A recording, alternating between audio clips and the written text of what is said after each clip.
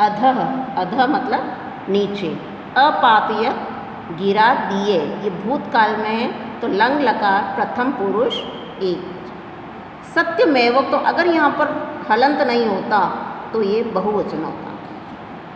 सत्यमेवोक्तम, इसका हम संधि विच्छेद करेंगे तो सत्यमेव प्लस उक्तम और सत्यम प्लस एव प्लस उक्तम दोनों तरीके से हो सकता है।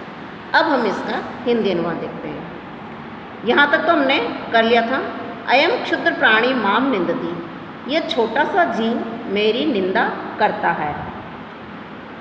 अब माम, यहाँ पर माम मतलब मुझे और माम मतलब नहीं, एक बिंदी का अंतर आया है, ठीक है, द्वितीय विभक्ति।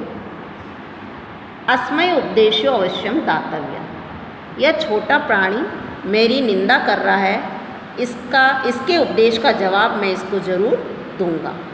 यावत् वर्षा समाप्ता तावत् सह वानरः सकोपम तेषां खगानां नेडानि त्रोटयित्वा वृक्षात् अधः अपातयत्। जैसे ही वर्षा समाप्त हुई यानी वर्षा रुकी, वैसे ही सह वानरः, वह बंदर, सकोपम गुस्से के साथ, तेषाम उनके घोंसलों, उन पक्षियों के, तेषाम खगनाम उन पक्षियों के घोंसलों को त्रोटयित्वा, त्रोट धातु त्वा प्रत्यय जब हम लगाते हैं तो इसका त्वा बच जाता है। त्रोटयित्वा यानी तोड़कर वृक्ष के नीचे गिरा दिए। एवं नीडै स खगानाम अंडानी अपि प्रणष्टानि, और घोंसले के साथ जितने भी पक्षियों के घोंसले थे ना, सभी घोंसलों के साथ पक्षियों के अंडों को भी, अंडानी बहुवचन द्वितीय विभक्ति, बंडों को भी प्रणष्टानि नष्ट कर दिया, यानी नीचे गिरा दिए तो अंडे भी नष्ट हो गए। सत्यमेवोक्तम, सत्य ही कहा गया, उपदेशो ही मूर्खाणाम प्रकोपाय न शांति, मूर्खों के उपदेश देकर मूर्खों के गुस्सों को शांत नहीं किया जाता, यानी उपदेश ज्ञानी लोगों को दे सकते हैं, मूर्खों को नहीं। हम मूर्खों को यदि उपदेश देंगे तो उनके गुस्सों को वो और बढ़ा देता है, जिस प्रकार बंदर के गुस्से को छोटे पक्षी यानी चिड़िया ने और बढ़ा दिया था। अब हम शब्दार्थ आपकी बुक में दे रखे हैं, तो आपको शब्दार्थ लर्न करने हैं, ठीक है। कॉपी के अंदर क्वेश्चन नंबर फर्स्ट, एक पदेन उत्तर, एक शब्द में उत्तर दीजिए।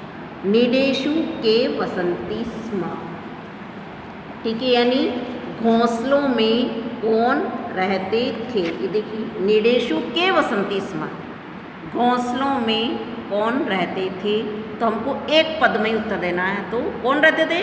खगाः। वृक्ष कुत्र आसीत्, वृक्ष कहाँ था? नद्याः तीरे, नदी के किनारे पर। अब हम करेंगे नेक्स्ट। कह ग्रह शून्य आसीत्, घर से हीन कौन था? वानरः, बंदर ने ही अपना घर नहीं बनाया था, इसलिए कहा मतलब कौन। शीतलः पवनः कदा वहति स्म, ठंडी हवा कब बह रही थी? तो शीतकाल है, उस समय मौसम कौन सा था? सर्दी का मौसम, ठीक है। तो ये कई चारों क्वेश्चन भी करने हैं। फिर क्वेश्चन नंबर 2, रिक्त स्थानों की पूर्ति करो। एकदा शीतकाले शीतल पवनः वहति स्म, आपको बुक में भी पूरी लाइन मिल जाएगी। तस्मिन् एव काले वृष्टिरारब्धा, सर्वे खगा स्वस्वनिडेषु उपविष्टाः आसन्।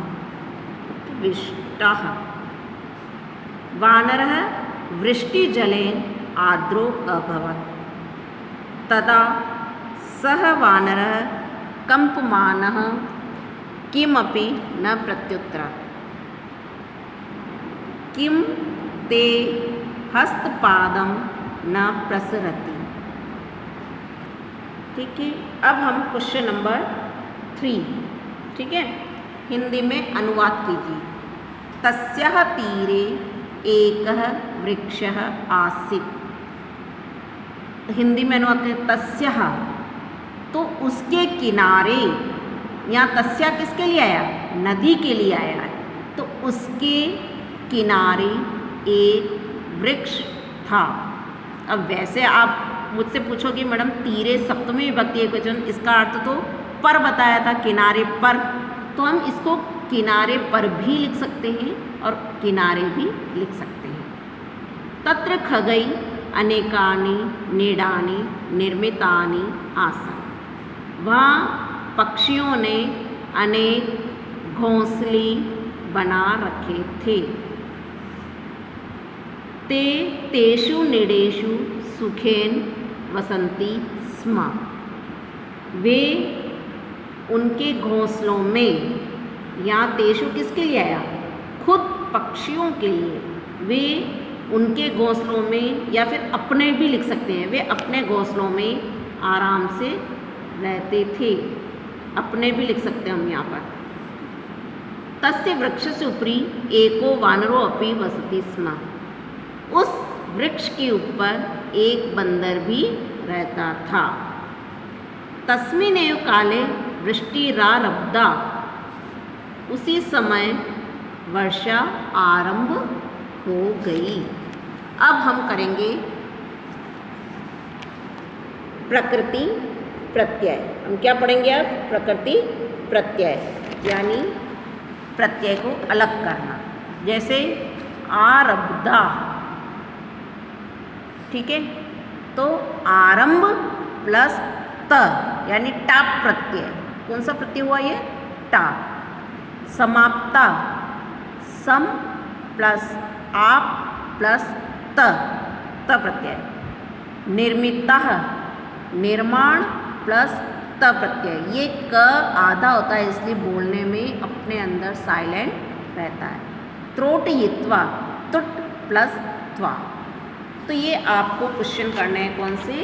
एक तो आपके पास है शब्दार्थ, ठीक है, एक तो आपको करने हैं शब्दार्थ, फिर आपको करने हैं एक शब्द में उत्तर दीजिए, फिर आपको करने हैं रिक्त स्थान भरो, फिर आपको करने हैं हिंदी में अनुवाद करो, फिर आपको करने हैं प्रकृति प्रत्यय अलग कीजिए, यानी कि ये, ठीक है, चारों शब्दों को अलग करना।